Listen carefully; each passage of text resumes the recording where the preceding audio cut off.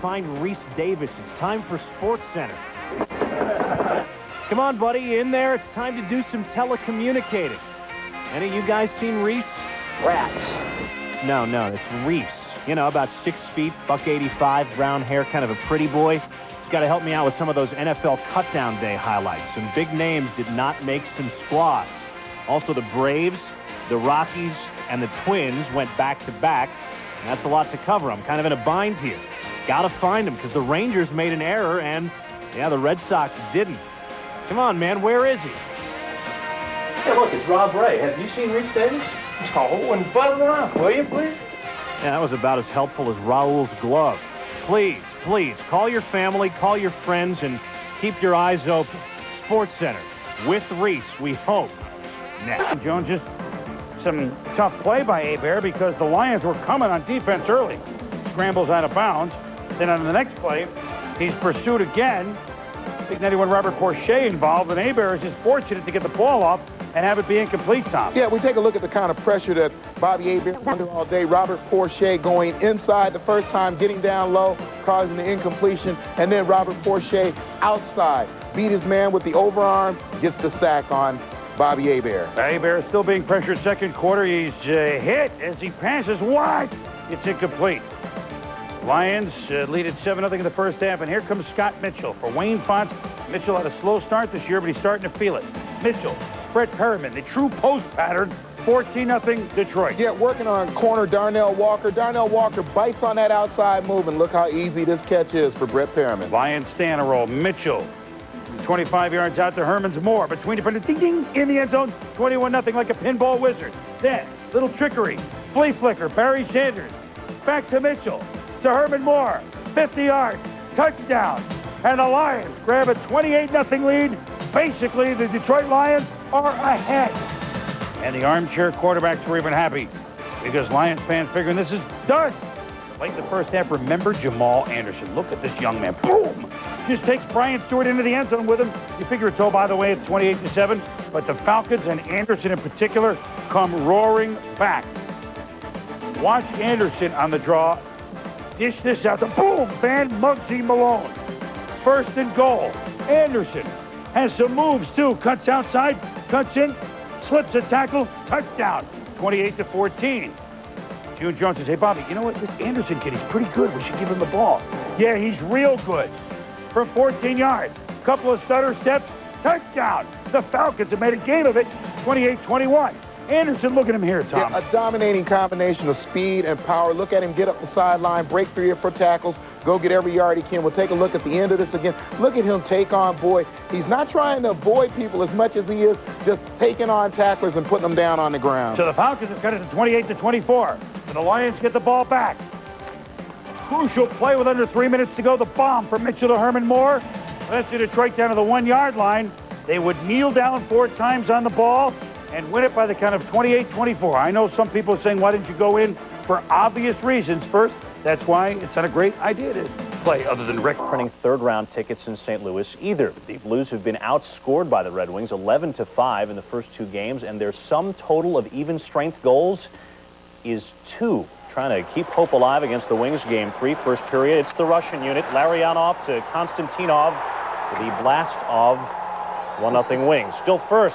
Red Hull with the cross-ice pass taken by Al McGinnis. He's got a great slapper. We know about it, but he doesn't need it there. Backhander in, tied at 1. 22 seconds after that, it's Chris Pronger to Adam Creighton to Brian Noonan. Crisp passing. We'd like to see that. 2-1 Blues. Still in the first now. 4 Red Wings in the box. Count them up. 4-on-3 hockey. Al McGinnis. We talked about the slapper.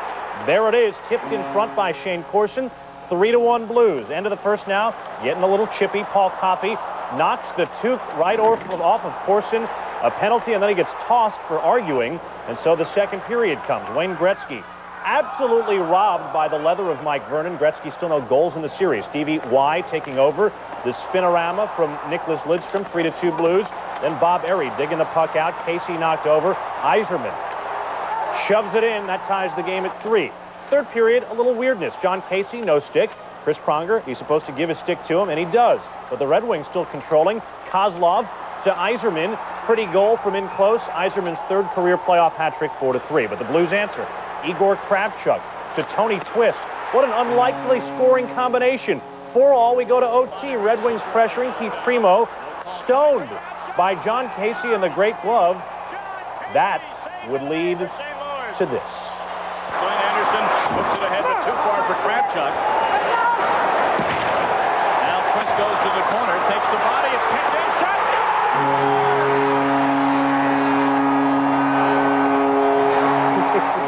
Of all people, Igor Kravchuk with the game winner, and the Blues win at 5-4 in the extra frame. Coming in, they'd only won one of their last 6 overtime contests. Kravchuk, the unlikely hero, had only 7 goals in the regular season. How about Tony Twist? He had only 6 goals in 256 regular season career games, but desperation breeds heroism, and the Blues still very much alive. A little bit later on, our breakdown staff takes a closer look at the Wayne Gretzky factor in these playoffs. Teams no longer afraid to get physical with the great one. We will examine what that has meant.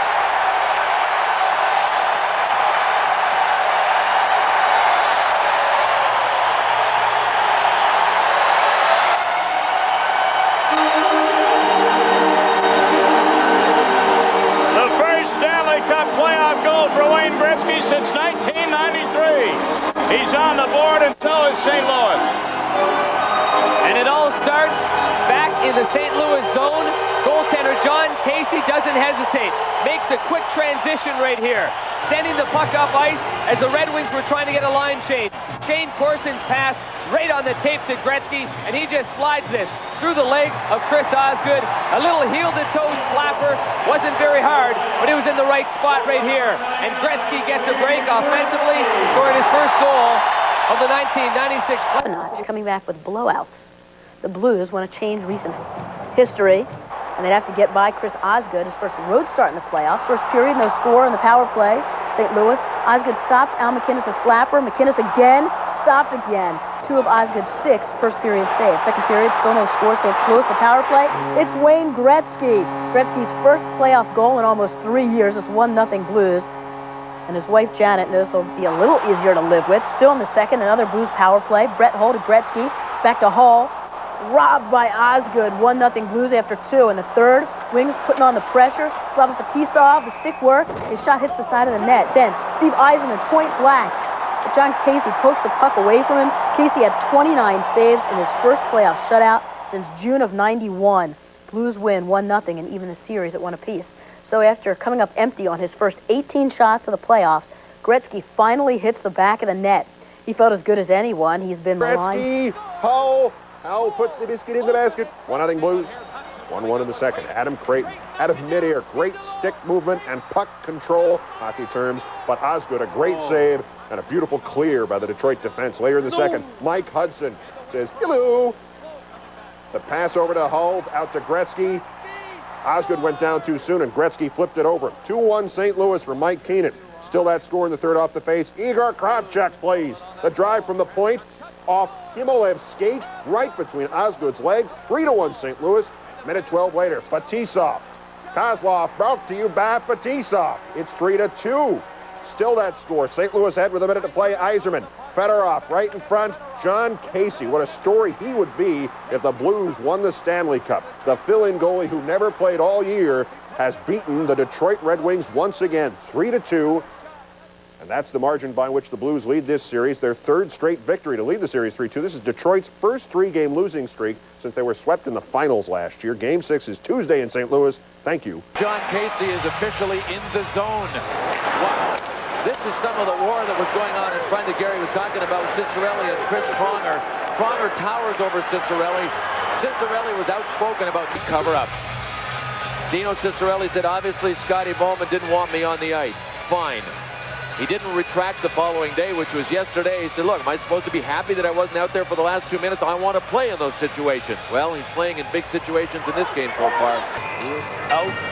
The injury occurring in Game 2, and Casey came on, and since then has played very... Joe D being an OG with an open 3. Booyah! Dumar's 3 of 6 from downtown. Second quarter, Lindsey Hunter. Tough 3. So what's your point? He was 4 of 8 from 3 land, had 20 points. Grant Hill, 4 points in the first half. Doug Collins says, Grant, rock it like this, baby. Grant does. Grant rocks the party that rocks your body. Wow, the most wicked of his 8 baskets. Got to take another peek. Drive, Blotty got played. Grant also 13 of 19 from the foul line. Hornets come back. Blotty Dotty. Fourth quarter.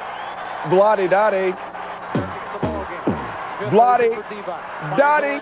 Oh, check out Blotty Dotty. 23 points, but the Hornets still down. Pistons go back to Grant. Grant Hill, I ain't mad at you, Charlotte. Nothing but love. Grant had 29.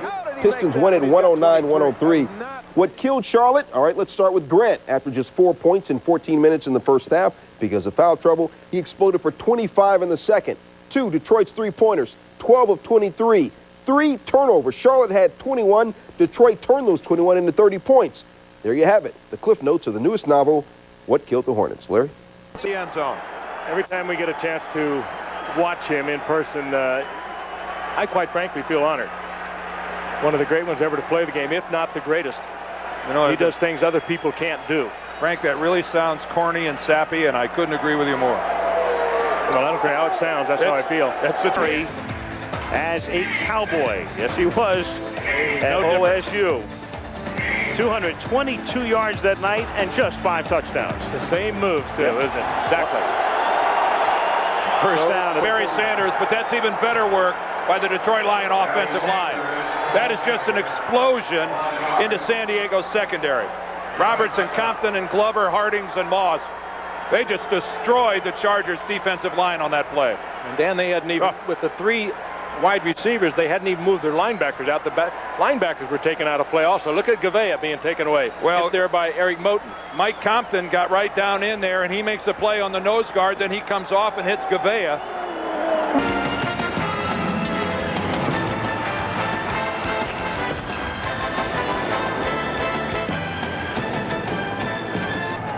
Bounces off tacklers to score the first touchdown in the first quarter. This, though, great blocking by the Detroit offensive line, and he is the First down. you know, built You ran out of similar superlatives. fashion. Well, built in a similar fashion to Emmitt Smith, that very low center of gravity, the enormous thighs, the powerful legs.